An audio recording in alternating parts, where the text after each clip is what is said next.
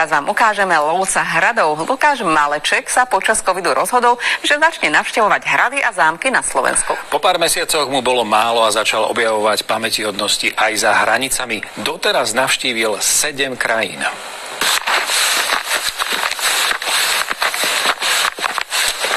Aj tu sú posledné zvyšky ešte murov.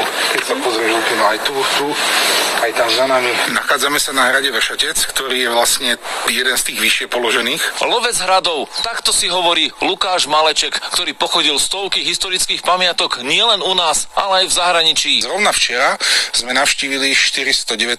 420. hrad.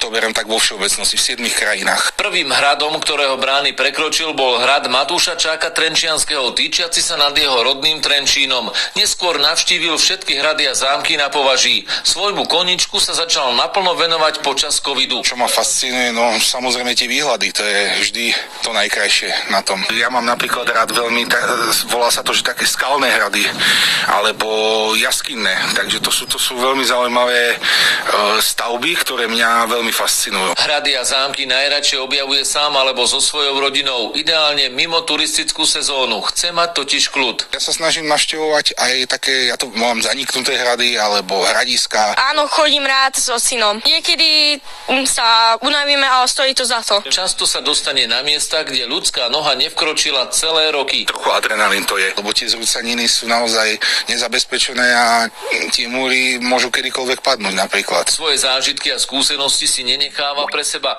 Na sociálnej sieti pravidelne informuje o každom jednom výlete. Teší sa veľkému úspechu. Tá komunita sa rozrastá a vlastne v dnešnej dobe už je to cez 50 000 ľudí, takže to je niečo neskutočné za taký krátky čas. Kedysi bolo jeho cieľom navštíviť 1000 hradov a zámkov, už teraz vie, že ich bude oveľa viac. Určite ma to fascinuje.